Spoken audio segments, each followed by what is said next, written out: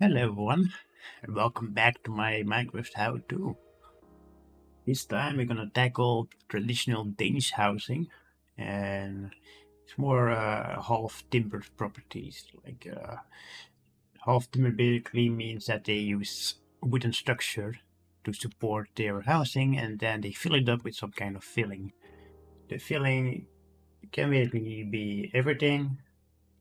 They can use bossy fabric, stones, timbers. Really, they use cop without any wooden support, but that's only for small houses. And the interior walls were often plastered for warmth and appearance. But wattle and dope was the most common infill in ancient times. The doubt that they use wattle and dope in this kind of building because wattle and dope is basically just random stuff they find on the ground, like clay, sand, or even animal dung. So, yeah, I think we're past that period. There's most likely some kind of rock that's plastered in with some kind of maybe lime or clay.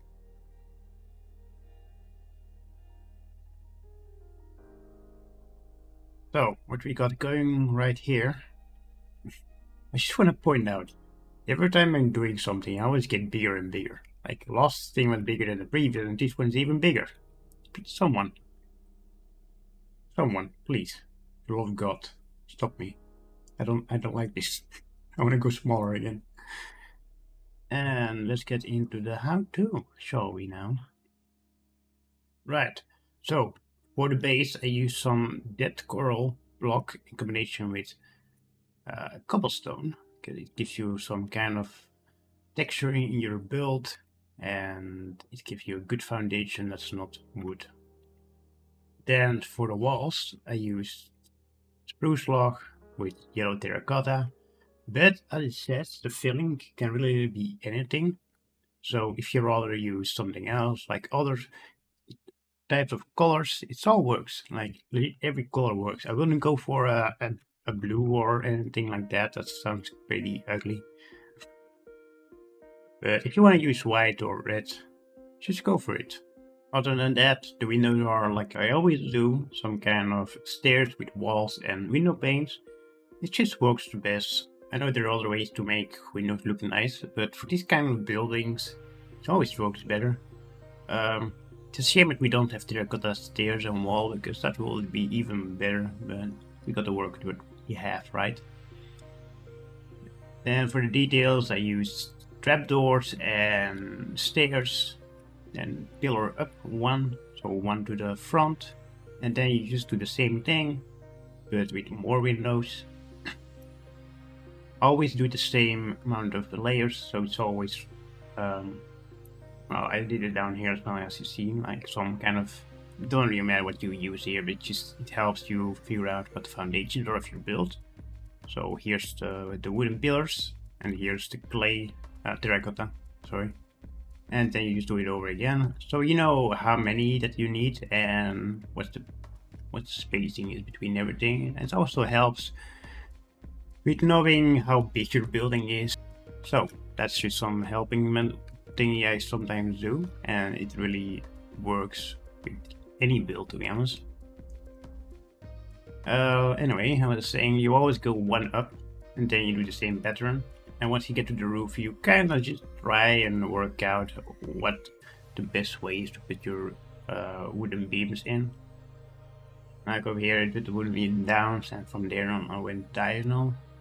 Then just point out again that it's really annoying to make diagonals look good in this game. Like, you can make a cross, but that's not how it's supposed to be. Like, most of the building that's like diagonal from here down here, so it's big like this. But yeah, I went with this pattern, but honestly, I could do something like this as well, like this. Like, I mean, something's off from it. Whatever I do, it feels off. So maybe you can do something like this instead. I mean, that could work, right? Other than that, not much going on in the front. Just using some kind of little details like the trapdoors, or else your build will look pretty bland. I feel like it's on the verge of becoming pretty bland right now as well. But I think it's just enough decorations to actually work nice. For roofing I use trapdoors. We can get that shadow drop down, and it also looks better from far away. Well, it looks kind of flat, and now it looks like a roof. Pretty easy, standard stuff. I also use the black rock for the shadow from below, and also use it for the gutter. No, it's not connected to the gutter, but let's just imagine this. The gutter itself is just some windows, and then I summoned some levers with the fill in, like this with fill and a lever, and then you like say I want it facing west or east, whatever you need, and then you face it on either the floor or the ceiling depending on where you want it to be. And just keep it going down like this. Use a debug stick if you want to remove the spacing between your wall and the pillar. If you don't have a debug stick, it's fine, it works as well. I just prefer the detached look of the gutter. And I just use some water again, spray it out towards the lake, or it's fine. Yeah, you can do whatever you want. You can also use a dropper or a dispenser. Yeah, dispenser. Next, for the roofing, we have mud brick stairs, wax exposed cut copper stairs. Make sure they're waxed or else they're all going to turn green, and I don't think that's going to be great. And other than that, granite stairs. It gives you a little more texture in your roofing. If you use the same block over and over again, that's fine, but it's kind of looking bland. The mud bricks are great for roofing, as they also have a little bit more detail in them, so it looks less bland even if you use only one block. And you can even build off like that. For the chimneys, I use polished diorite as a foundation, and on top of that I used white concrete powder. The reason why I use powder is because it gives you more of a texture for your chimney, because they look plastered, and if you use just the concrete itself, it's way too smooth. It gives that very smooth feeling, and that's not something you want in your chimney. I mean, look at this. And it works, right? But powder just gives you more detail. It gives you a better feeling than, like, if you look over here, see that doesn't look that great, the concrete. Well, the powder looks more of like a chimney feeling. I use the sandstone stairs here for more color, and it also gives you, it gives you a better look, right? If it was all white, it wouldn't look as nice as it does now. And then use some, well, doesn't really matter what kind of campfire you use. You just like a soil campfire. Then use whatever you want, just for the smoke. You can also make your own smoky cloth and chocolate, but it's fine, right? It's fine. If you're feeling that someone lives there, I really like that. Now the side walls, they are not that special. Like, they're just the same thing as the front walls, but more windows. Just way more windows. Also, the front here has 3 windows and 1 space on each side, and this one has 6 windows and 1 space on each side. So the other side is, if I can count correctly, 3 windows wider. We come down here, we got the entrance. We also got a little pathway going on with some lanterns, just to give it a nice little feeling. And I always make some kind of interiors for my houses. Mostly they're like interiors for someone who lives there. At this time I was like, you know what? We got this big space, might as well just make a bowling alley, right? That's a fun thing. So I went ahead and made my little bowling spaces with the little seats and tables. Got these lamps where you can say like, oh, I need some service over here, I need some drinks. You can just turn it on or off. If you need something, you turn it on. If you don't need it, you turn it off. Then we got our bowling balls, which you can use player heads for. I did some creeper heads here because, one, I'm lazy, and 2, they kind of work, right? They got 3 holes as well. I mean, it's kind of sinister that you would use a head for a ball, but maybe if you can figure out like a player head which looks like a bowling ball, or you can make your own face a bowling ball and then use your own player head for the balls. The little dispensers here, You throw the ball away and it comes back and shoots out. Obviously, it doesn't work. I guess you could make it work if you know how to make a working bowling game. It's pretty easy to make this thing work with hoppers, but that's not something I'm doing right now. We got some fences for the bowling pins, and these are all screens. You can make huge banners to say like, oh, you got a strike or a par. Right, other than that, we got our little shoes over here, because you always need to wear those little nifty shoes when you go bowling. And this very ugly carpet, because bowling always have some ugly carpet. We all know that. We never know why, but they always do. And we got a little bar over here, really fancy, which is some beer taps and other drinks. Then we got a little storage room over here. And if you follow the carpet up here, then you get into some kind of cafeteria zone where you can just sit and relax with your mate under a candle light looking at the wall.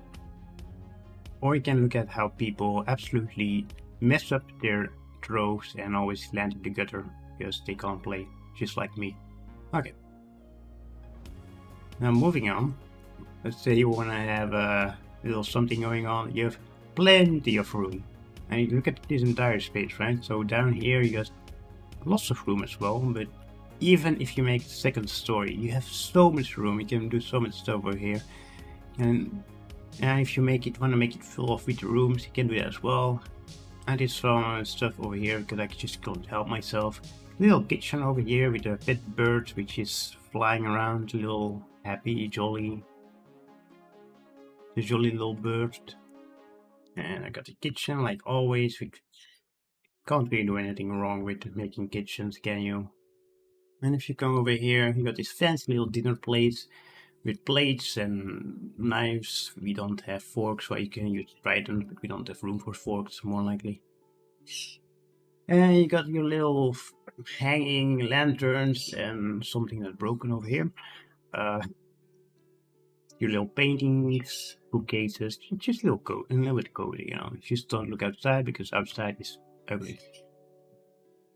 Alright, so if you want to do that, you can do that as well. You can make your entire house in just one big cozy zone. But yeah, like I just want to give you guys more of a feeling of how big this place is, and I want to give you more of a creative freedom. Where you can think of, oh, maybe I can do this, or maybe I can do that, and just live your own life, You don't need me to give you everything in your mouth. It's like, oh, you have to do this. No, just be yourself. Make your own house, make your own interior. Just showing you how to make a Danish style building.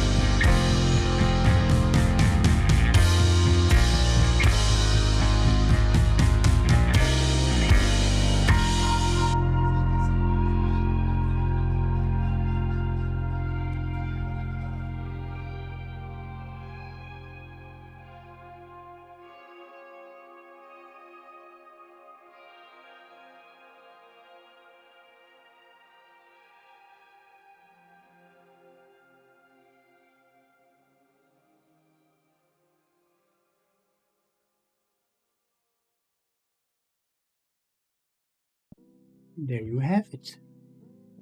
Cozy little house, right? So where do we start? Right, so from the exterior I use spruce.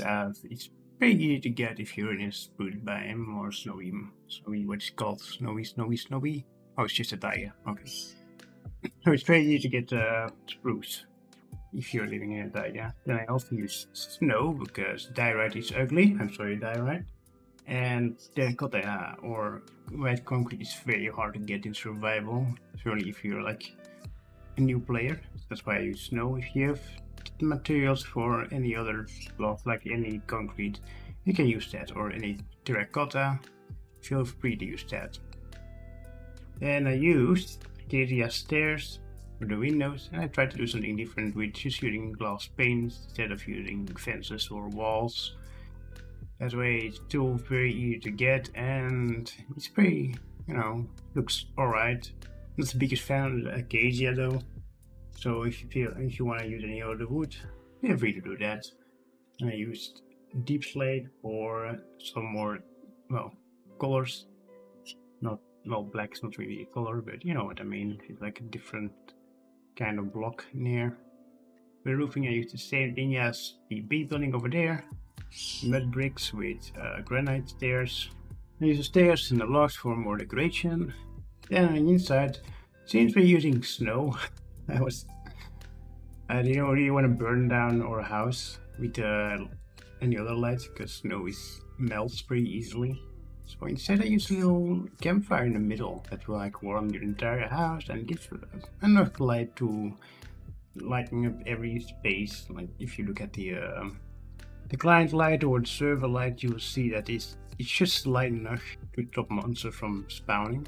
And if you go up with a little outpost so you can look around if none of your lousy friends are going to attack you or want to play a prank on you, some little outpost. And then on the top you go to use some storage area where you can put your stuff.